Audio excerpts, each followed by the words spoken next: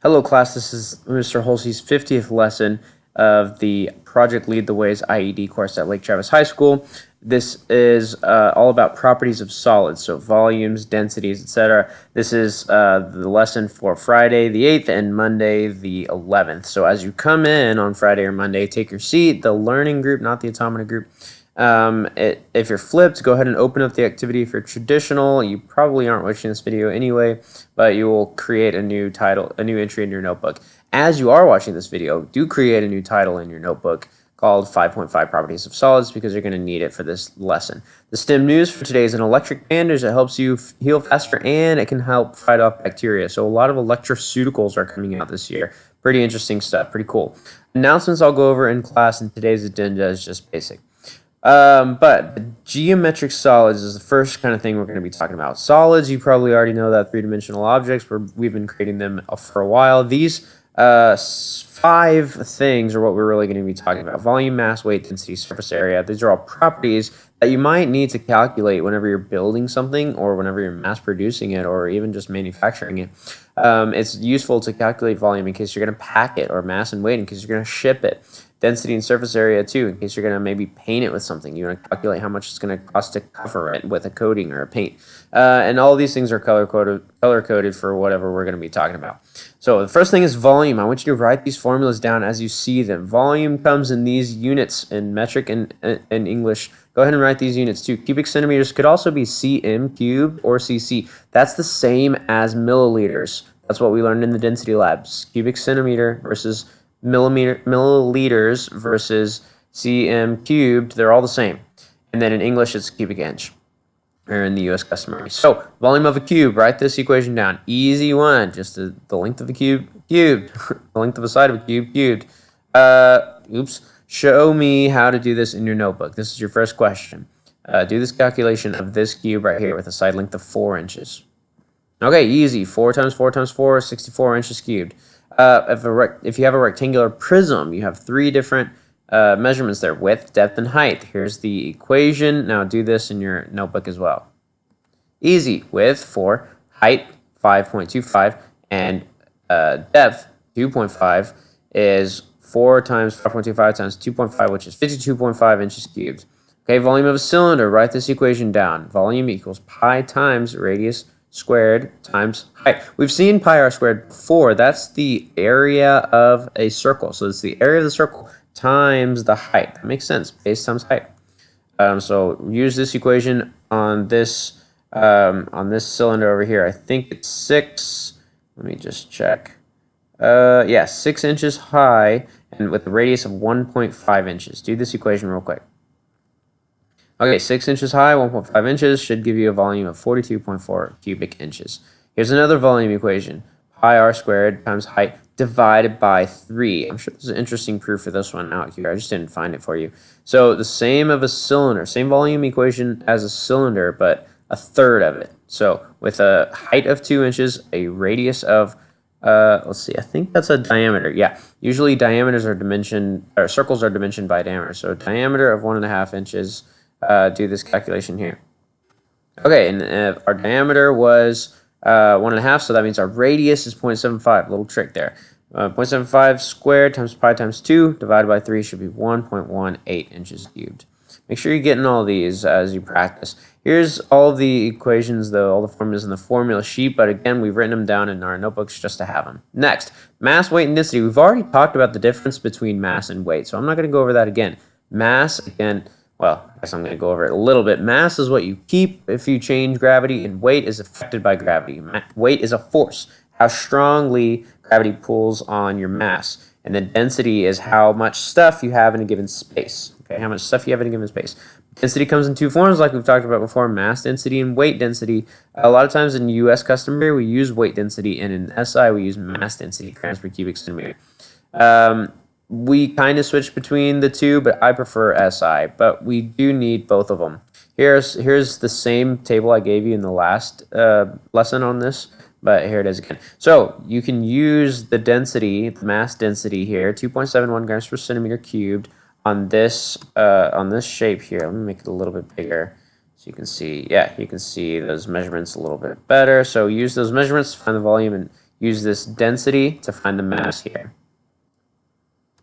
Okay, you should have done something like this. The volume was width times depth times height, and then the mass density is this here. So multiplying all those straight across together is this many grams or this many kilograms. And you can see centimeters times centimeters times centimeters, centimeter cubed.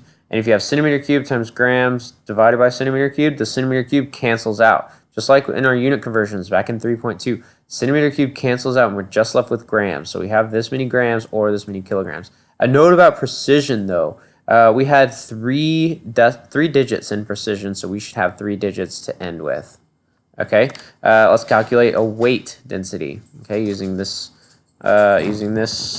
object here. Yeah, there are the dimensions, and there's aluminum's weight density here. These are all in inches here. So use the aluminum weight density to find the weight of this object here. Okay, so we had this for our volume, and then this for our weight density, so we should be getting 3.60 for our weight in pounds. Make sure you know the difference there. Weight in pounds. Pounds per cubic inch is our weight density in US customary. Okay, next.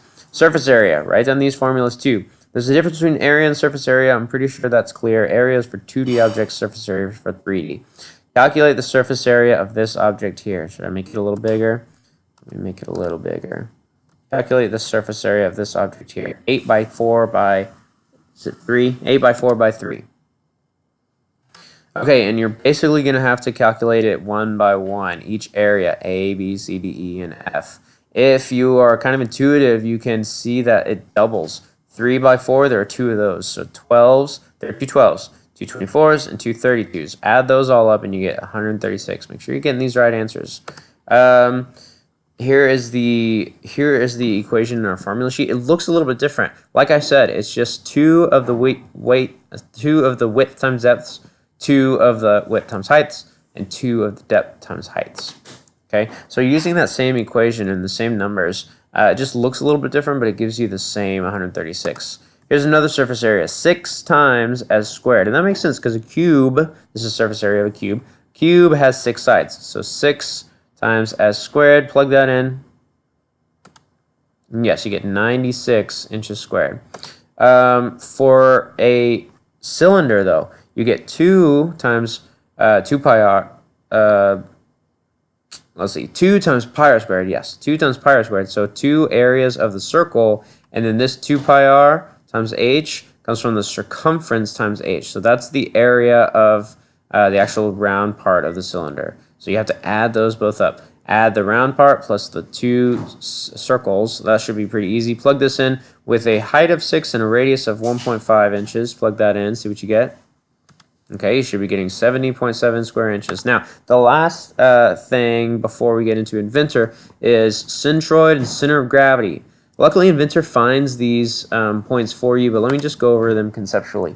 Center of gravity is similar to centroid, but it's all about how mass is distributed. Let me talk about centroid first, actually. I think we're going to flip these. Yeah, here we go. So centroid first.